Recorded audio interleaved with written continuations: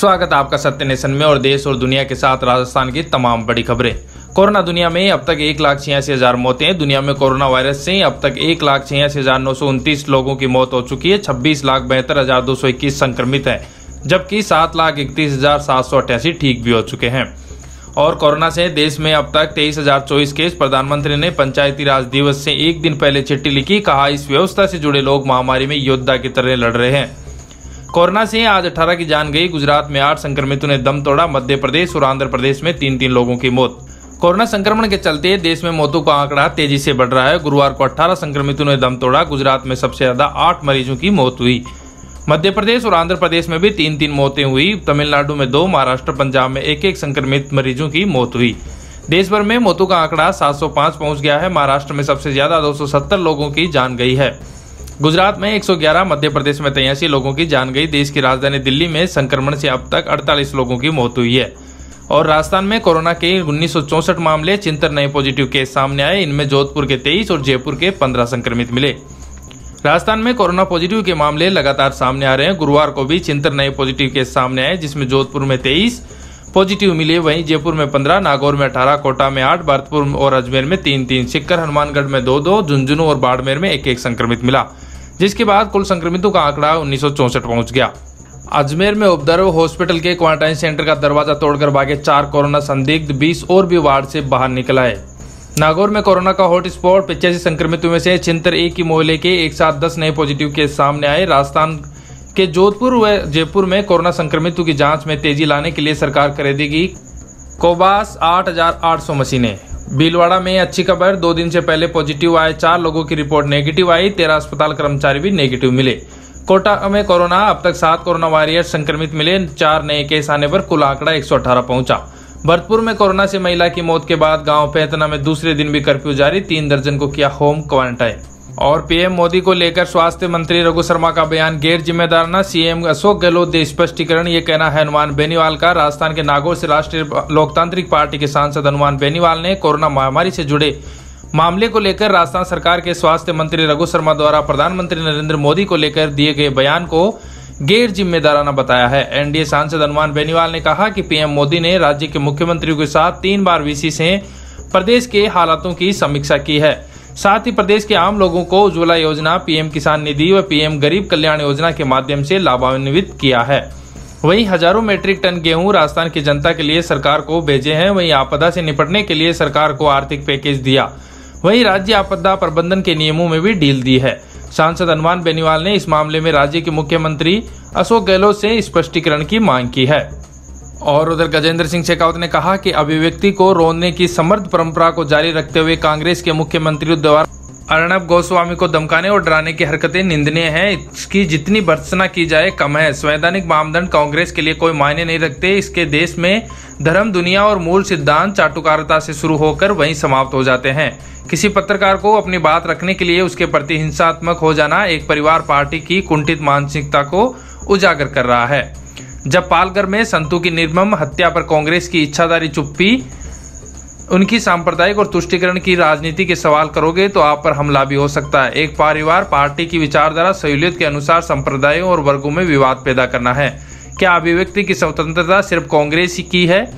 वह गरीब का उपवास उड़ा सकते हैं, प्रधानमंत्री मोदी को गाली दे सकते हैं, जनता से झूठ बोल सकते हैं, देश को गुमराह कर सकते हैं और संविधान की मर्यादा भंग कर सकते हैं, लेकिन अगर उन पर कोई सवाल खड़ा करे तो हिंसा होगी। और अशोक गहलोत ने कहा कि हमने मॉडिफाइड लॉकडाउन लागू होने के बाद औद्योगिक इकाइयों सुनियोजित ढंग से शुरू किए जाने के प्रयास किए हैं। इसके चलते हमारी उम्मीद से अधिक औद्योगिक इकाइयों ने काम शुरू कर दिया है। इनमें कई बड़ी इकाइयां भी शामिल है। ये एक शुभ संकेत है। उल्लेखनीय है कि भीलवाड़ा, उदयपुर, अलवर, जोधपुर, अजमेर, भरतपुर, कोटा समेत कई जिलों में औद्योगिक गतिविधियां प्रारंभ हुई। भीलवाड़ा में करीब 40 इकाइयों और उदयपुर में 50 इकाइयों ने काम शुरू किया। इनमें करीब 13,000 श्रमिक नियोजित हुए हैं। कोरोना महामारी से उपजी संकट की इस घड़ी में किसी व्यक्ति को भूखा नहीं सोना पड़े, इसके लिए राज्य सरकार एफसीआई से बाजार दर पर गेहूं खरीदकर खाद्य सुरक्षा से वंचित प्रदेश के 54 लाख पात्र लोगों एवं निराश्रित व्यक्तियों समेत करीब 60 लाख जरूरतमंदों को 10-10 किलो निःशुल्क गेहूं उपलब्ध कराएगी। वर्तमान में केंद्र सरकार वर्ष 2011 की जनगणना के आधार मानकर ही राज्य को गेहूं आवंटित कर रही है, जबकि बीते सालों में खाद्य सुरक्षा की पात्रता के दायरे में 54 लाख लोग और आ गए हैं। मैंने इन लोगों को नए पैसे की सूची में शामिल कर अतिरिक्त गेहूं को आवंटन करने के लिए प्रधानमंत्री श्री नरेंद्र मोदी को पत्र भी लिखा है। और लालचंद कटारिया ने कहा कि प्रदेश में चल रहे लॉकडाउन के बीच फसल खराबे से प्रभावित 7 लाख से ज्यादा किसानों को 1240 करोड़ रुपए के फसल बीमा क्लेम का वितरण किया गया है।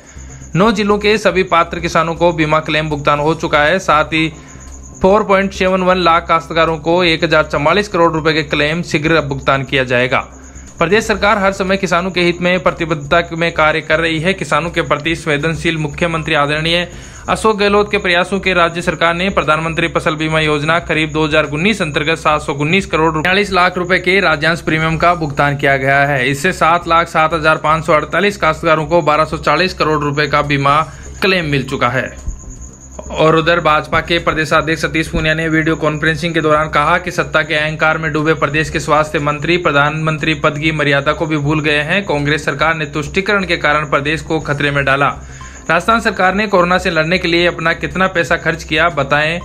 और राजेंद्र राठौड़ ने कहा कि अपनी विफलता को केंद्र के माथे डाल रही है प्रदेश की सरकार। भारतीय जनता पार्टी के प्रदेश अध्यक्ष सतीश पूनिया और नेता प्रतिपक्ष गुलाब चंद कटारिया और उपनेता प्रतिपक्ष राजेंद्र राठौड़ ने आज वीडियो कॉन्फ्रेंसिंग के माध्यम से एक संयुक्त पत्रकार वार्ता को संबोधित किया। पत्रकार वार्ता को संबोधित करते हुए प्रदेश अध्यक्ष डॉक्टर पूनिया ने कहा कि चिकित्सा मंत्री रघु शर्मा प्रधानमंत्री जैसे प्रतिष्ठित पद पर मर्यादा भी भूल गए हैं। झूठ बोलकर कांग्रेस के राष्ट्रीय नेतृत्व की पसंद बनने का सपना देख रहे रघु शर्मा किस प्रमाण के साथ प्रधानमंत्री पर आरोप लगा रहे हैं। पूनिया ने चेतावनी देते हुए कहा कि वे सरकार का हिस्सा हैं। अगर जो उन्होंने कहा है वो सच है तो वो उस वीडियो कॉन्फ्रेंसिंग की रिकॉर्डिंग को सार्वजनिक करे जिसके आधार पर वो प्रधानमंत्री पर आरोप लगा रहे हैं। साथ ही ये भी बताएं कि उनकी प्रधानमंत्री नरेंद्र मोदी से कब और कैसे बात हुई। अगर ऐसा नहीं कर सकते तो अपनी हैसियत में रहकर अपने विभाग का काम ठीक से करें। नेता प्रतिपक्ष गुलाब चंद कटारिया ने कहा कि मुख्यमंत्री अशोक गहलोत बताए कि अब तक उनकी सरकार ने राज्य सरकार के पैसे से कितने लोगों को गेहूं बांटा। भारत सरकार की ओर से जो 40,000 मीट्रिक टन गेहूं आया उसका वितरण कैसे किया। भारत सरकार ने 10,000 करोड़ रुपए मनरेगा में उज्ज्वला योजना में प्रदेश में 62 लाख महिलाओं को 3 महीने तक फ्री रिफिलिंग की सुविधा पर प्रति माह 478 करोड़। किसान सम्मान निधि योजना में 64 लाख किसानों को 2,000 रुपए के हिसाब से 870 करोड़। जनधन खाता धारक प्रदेश के 1,52 लाख लोगों को 500 रुपए। आपदा राहत में 970 करोड़ रुपए। चिकित्सा में आवंटित 1883 करोड़ रुपए में से 1780 करोड़ रुपए अब तक अदा किए हैं। इनको कैसे खर्च किया ये बताएं। उपनेता प्रतिपक्ष राजेंद्र राठौड़ ने कहा कि प्रदेश की कांग्रेस सरकार अपनी विफलता को केंद्र के माथे डालना चाहती है। इसकी नीतियों की वजह से प्रदेश के किसानों का बुरा हाल है। उनकी रबी की फसल तैयार पड़ी है पर सरकार की ओर से खरीदने की कोई तैयारी नहीं है। 1 मई से सरकार फसल खरीदने की प्रक्रिया शुरू करेगी लेकिन उसकी तैयारियों के हिसाब से 20-25 ग्राम पंचायतों के ऊपर ये खरीद केंद्र बनाया जा रहा है जबकि 4-5 ग्राम पंचायतों के बीच एक केंद्र होना चाहिए। और बने रहिए बड़ी खबरों के लिए हमारे साथ सत्य नेशन पर। अगली खबर लेकर फिर हाजिर होंगे, तब तक के लिए जय हिंद जय भारत।